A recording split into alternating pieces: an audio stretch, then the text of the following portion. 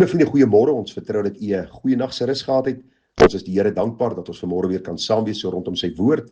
En die gebed van my hart is dat die Here vir ons baie ryklik sal saamseën.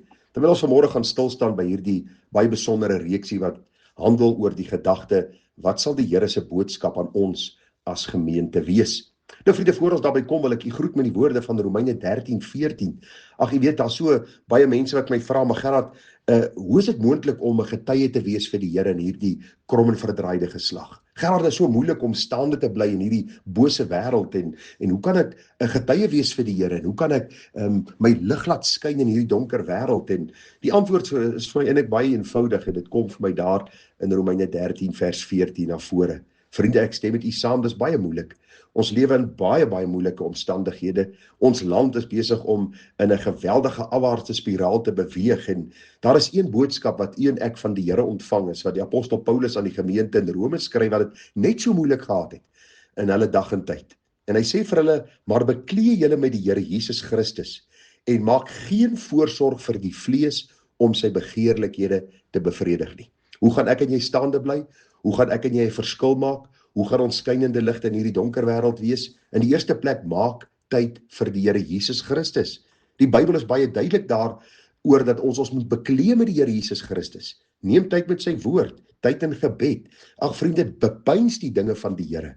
En dan aan die ander kant, as jy hierdie donker wêreld tegemoet gaan, moenie voorsorg maak vir die vlees om aan sy begeerlikhede bevrediging te gee nie.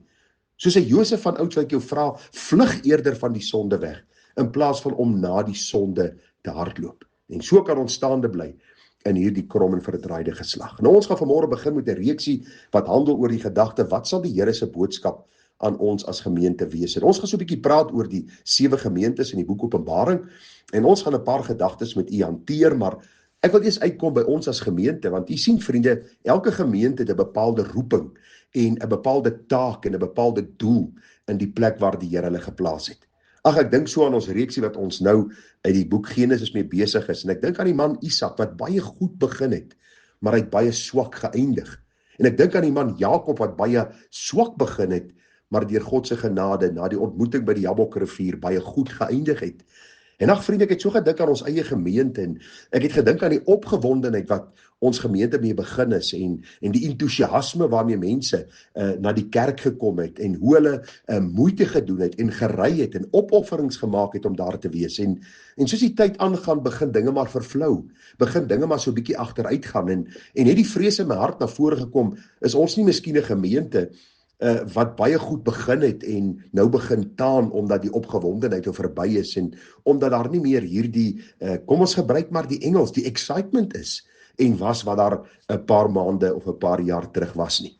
En daarom wil ek vanmôre 'n bietjie met u praat uit hierdie besondere gedeelte uit Openbaring 2, Openbaring 3. Ons gaan na hierdie verskillende gemeentes kyk, ons gaan hoor wat die Here vir hulle sê, ons gaan kyk hoe dit van toepassing is op ons gemeente, met die gebed is dat die Here u en my hart opnuut weer sal aanvuur, dat ons sal sien, Berea gemeente, Berea Christen gemeente is gestig met 'n bepaalde doel en rede, en dit is om God die Vader te verheerlik deur die Seun in die kragvolle werking van die Heilige Gees, met die doel om die evangelie uit te dra. U sal onthou, hierdie gemeentes begin omdat ons waarheid liewer het as tradisie, omdat ons waarheid liewer het as oorleweringe, omdat ons waarheid liewer gehad het, vriende, as 'n werk, as 'n pensioenfonds, as dit wat vir die mens belangrik is. En daarom het hierdie gemeente begin. En is die gebed van my hart dat u saam met my hierdie visie sal deel vanmôre en dat ons sal hoor wat die Here vir ons vanmôre wil sê. Want u sien, vir die gemeente in Efese het die Here 'n bepaalde boodskap gehad. Vir die gemeente in Pergamus en Smyrna en Thyatira en Laodicea, so kan ons aangaan, die Here het vir hulle 'n bepaalde boodskap gehad. En moet ek vir u sê, die hartseer van hierdie 7 gemeentes is dat 5 van hierdie 7 gemeentes het eintlik 'n kwaai woord van die Here ontvang. 'n Woord van waarskuwing, 'n woord van oproep om hulle te bekeer van hulle verkeerde weë. En wil ek vanmôre vir u sê, dit is miskien wat die Here ook vir my en vir my vanmôre wil sê, dat ons nie met iets sal begin en dan bietjie begin taan in ons toewyding aan die Here en later eendag voor die Here moet gaan staan en dan beklaanswaardig en arm en blind en naak sal wees nie. Ag, dat ons nie sal sê met die mond, Here, Here, en ons doen nie wat hy vir ons sê nie. Dat ons nie met die mond sal bely, Here, ons U lief met ons hele hart, met ons hele siele, met al ons krag. En dan wys ons dit nie in ons werke en in ons toewyding en in ons oorgawe aan die Here nie. Daarom is die gebed van my hart, vriende, terwyl ons die Here vir so baie dinge dankbaar is, en die Here so baie dankbaar is vir wat hy vir ons doen in die gemeente en wat hy vir ons gegee het op tydelike gebied en hoe die Here nog steeds mense opwek om te luister en in te skakel by ons boodskappe, is hierdie vanmôre vir my 'n reeksie waarmee ek wil begin om u op te roep en myself opnuut aan die voete van die kruis te plaas en te vra, Here, doen slegs u wil, Heer, u wil met my. Nie net met my en my huis nie, maar ook met die van my kerkraad en hulle gesinne, met die van die gemeente en hulle gesinne, sodat ons dan ook die pad met u kan stap, sodat ander Jesus in ons gemeente kan sien en deur die waarheid van die woord ook by die kruis kan uitkom. Nou vriende, die eerste gemeente waarna ons vanmôre gaan kyk, en ons gaan miskien nie alles vir u kan sê oor hierdie gemeente nie, is die gemeente van Efese. Nou die Bybel begin daar in Openbaring 2 en hy sê, skryf aan die engel van die gemeente in Efese, dit sê hy wat die 7 sterre in sy regterhand hou, wat wandel tussen die 7 goue kandelaars. In die eerste plek, hierdie engel van die gemeente is eenvoudig maar die predikant, of dan die een wat leiding geneem het in die gemeente. Die leier, vriende, is die een wat verantwoording dra vir die gemeente. Die Bybel sê dat die Here van ons as herders eendag rekenskap gaan eis. Daarom sê die Bybel, broeders, moenie baie leermeesters wil wees nie, want hulle sal 'n groter oordeel ondergaan. So die Here sê vir Johannes, skryf aan die predikant van die gemeente in Efese. En dan die gedagte, dit sê hy wat die 7 sterre in sy regterhand hou. Eenvoudig, dit sê die Here Jesus Christus, die hoof van sy gemeente, hierdie 7 sterre, die 7 gemeentes, en die Here hou die gemeentes in sy hand. Onthou, elke gemeente koop Christus met sy bloed. Hy red mense, hy bring mense saam in 'n gemeenskap van heiliges, en ons noem dit 'n gemeente, die ekklesia, die uitgeroepenes, die uitverkorenes. En die Bybel sê vir ons dat die Here vir Johannes sê, skryf aan die predikant van die gemeente van Efese, want dit is 'n boodskap van die hoof van sy kerk, die Here Jesus Christus, wat sy kerk gekoop het met sy bloed, en die een wat wandel tussen die 7 goue kandelaars, met ander woorde, die een wat in sy gemeente teenwoordig is. Ek het vir jou al baie keer gesê, die Here het 'n besondere belang by sy gemeente.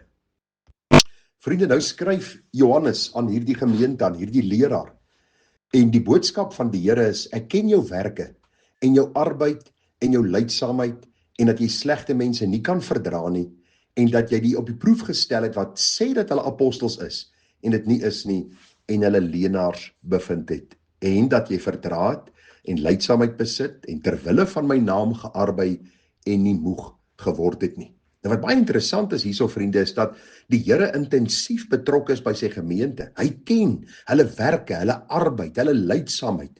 Die Here sê selfs, hy sien hoe hulle mense wat in die gemeente kom met sonde en allerhande dinge wat boosheid in die gemeente wil inbring en implementeer, dat hulle hierdie mense teestaan en vir hulle sê, luister, is God se kerk en sy kerk is heilig en ons kan nie met bose dinge en wêreldse dinge besig raak nie.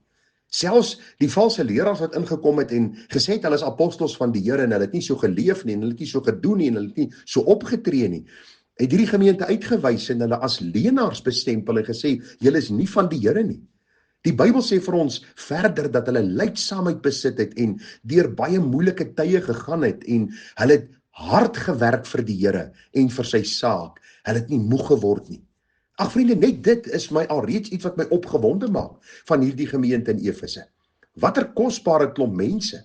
Mense wat lydsaamheid besit het om deur maklike en moeilike tye die werk van die Here te doen. As ek kyk in die westerse kerk, vriende, hoe gou ons moeg en moedeloos raak. Ons het karre om kerk toe te ry, ons het die voorreg van geboue waar ons deure kan toemaak, ons het die voorreg van lekker eet en drink goed na die tyd, ons het finansies om brandstof in te gooi, ons gaan terug na ons huis waar ons 'n lekker middagete kan eet. Dis nie wat hierdie gemeentes gehad het nie, inteendeel. Vriende, hulle het baie keer deur baie moeilike omstandighede by die kerk uitgekom, deur baie verdrukkinge, selfs gevrees vir hulle lewe. Baie keer was hulle honger, baie keer was hulle vir dae nie gevoed nie, omdat hulle nie werk gehad het nie. Hulle was vervolg deur daai tyd se regering, juis vir hulle geloof.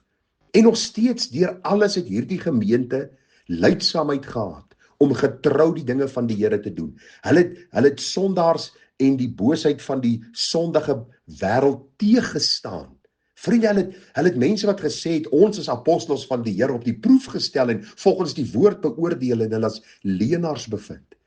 Vriende, hulle het hard gearbei. Ten spyte van die vervolging het hulle nie moeg geword om vir die Here te werk nie. Net dit maak my so opgewonde. Ons sal môre 'n bietjie aangaan by wat die Here ook gesien het, want vers 4 gee vir ons nou 'n baie hartseer boodskap, maar ek het teen jou dat jy jou eerste liefde verlaat het. Ons sal 'n bietjie môre daarna gaan kyk. Maar ek wil afsluit met die woorde van Dr. Warren Wiersbe wat hy gesê het. Hy sê, what we do for the Lord is important, but so is why we do it. Hy sê, just think of it.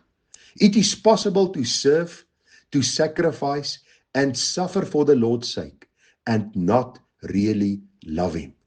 En my gebed is, vriende, dat u en ek nie net al hierdie goed sal doen wat die gemeente in Efese gedoen het nie, want dit is prysingswaardige dinge wat hulle gedoen het, maar dat ons ook met die regte gesindheid dit sal doen, en dat die Here ook 'n glimlag oor ons gemeente sal hê.